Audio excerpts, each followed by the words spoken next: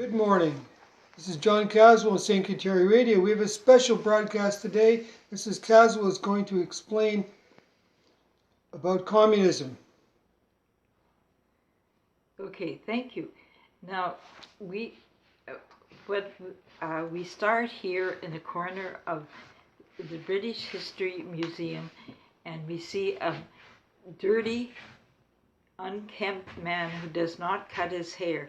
He comes daily and scribbles on it in a book. He is writing what will be known as the Communist Manifesto of 1848. His father was a Lutheran pastor, a Christian that is, and his father noticed that his son Karl Marx was becoming more and more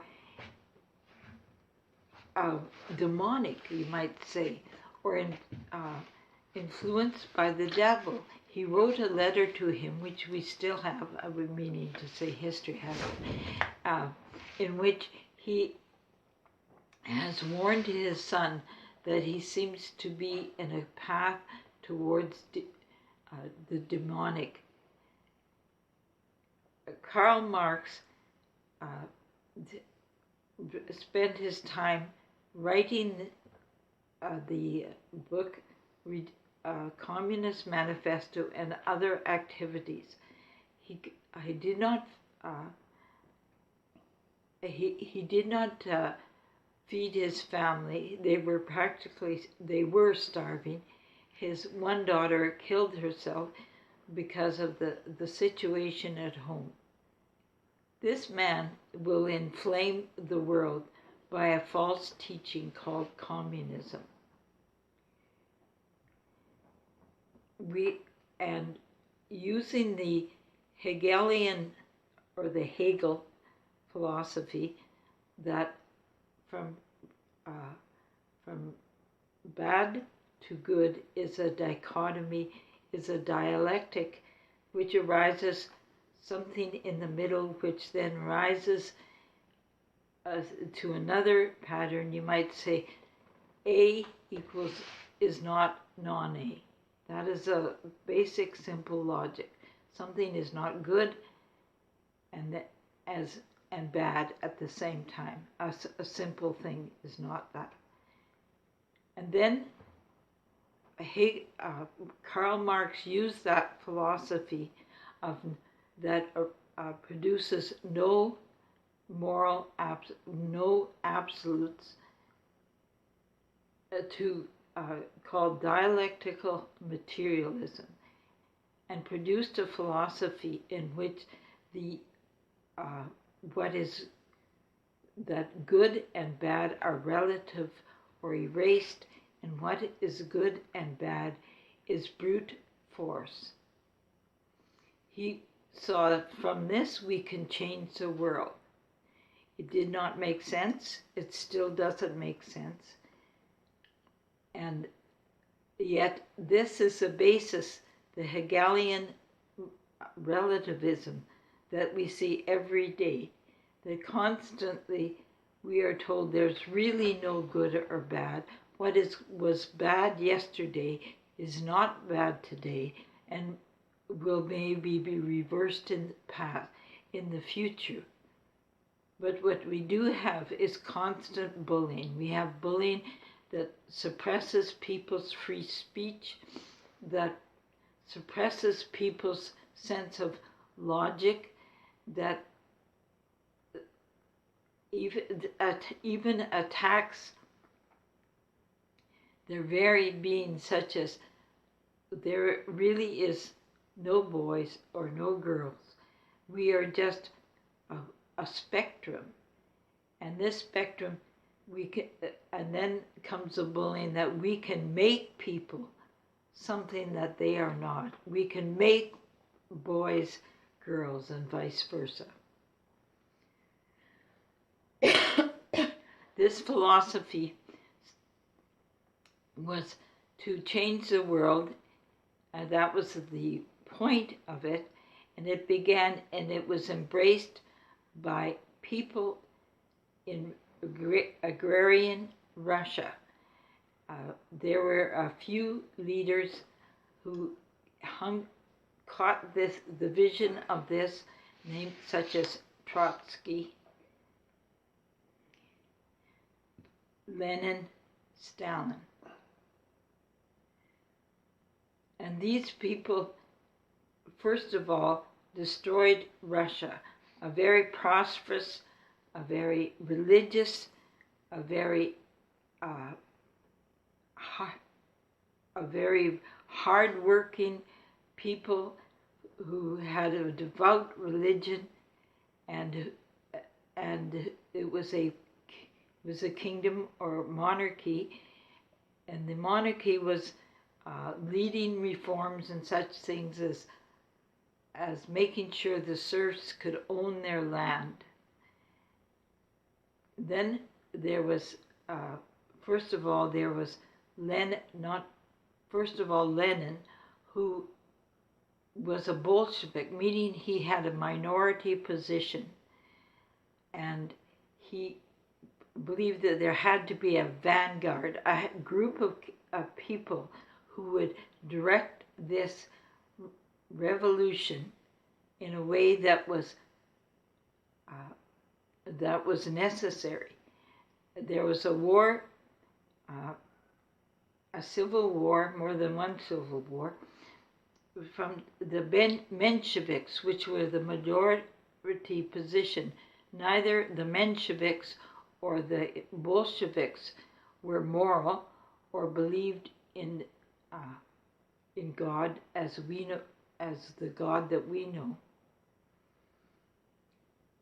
There was then the Royalists were called the White Army, and the other were called the Red Army, and then continual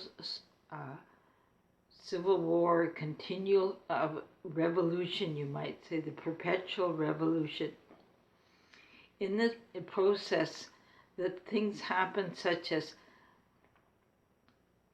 the serfs were often murdered en masse.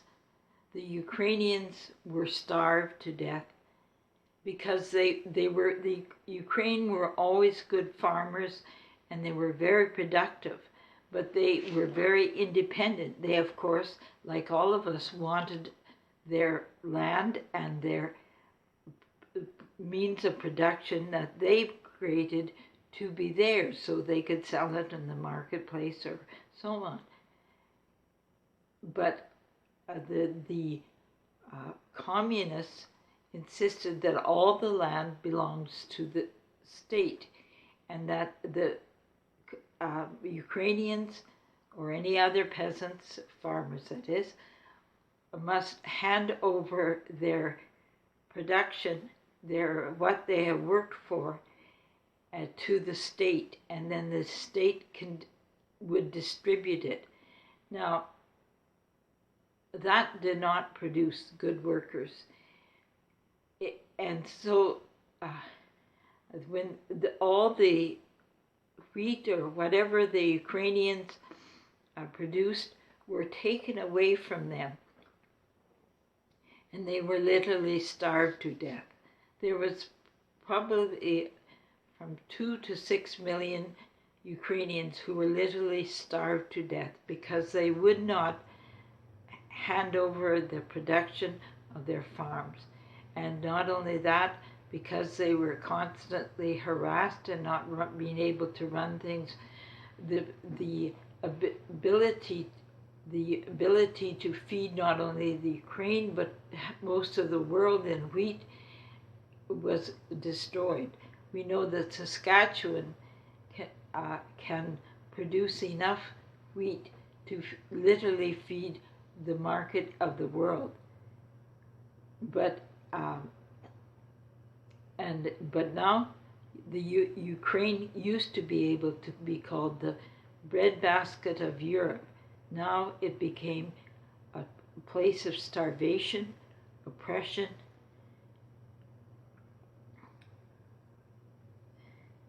I talk about Ukraine because in Saskatchewan we have many Ukrainians who fled that situation. We also have Poles who fled communism.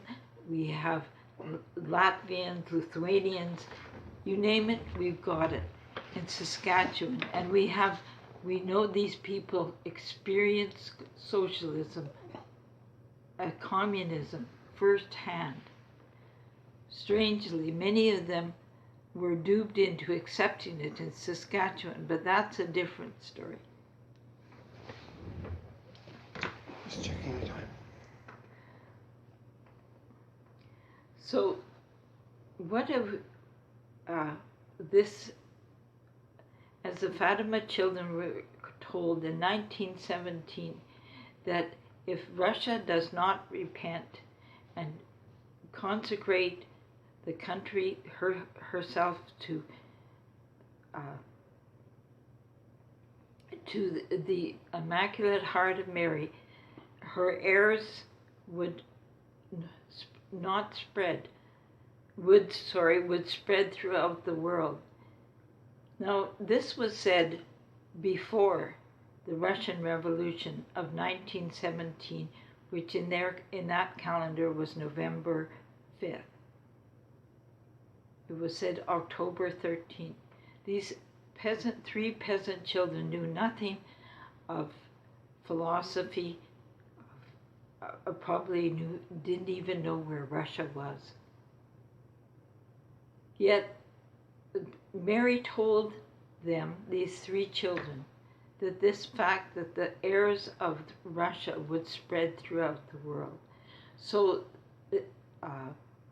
and that is exactly what happened from Russia. These ideas spread through Germany, and in Germany they were called National Socialism, which the word turns into Nazism. They went to Cambodia, Laos, North Vietnam, when many cells and many groups in Canada and United States embraced these views and were clandestine operators to bring about this communist revolution that started in Russia. So, and there were many intrigues, many battles, many not necessarily civil war in itself, but there was a constant struggle in the free world against people who wanted this, and in the free world against I won't say the Soviet people, but against the communists who were in control, right up to 1989, when the Berlin Wall fell. This will be all for today. Thank you, Mrs. Caswell. We're glad you're giving us this insight into the history of communism, and there's always more to tell, and you'll hear more coming up.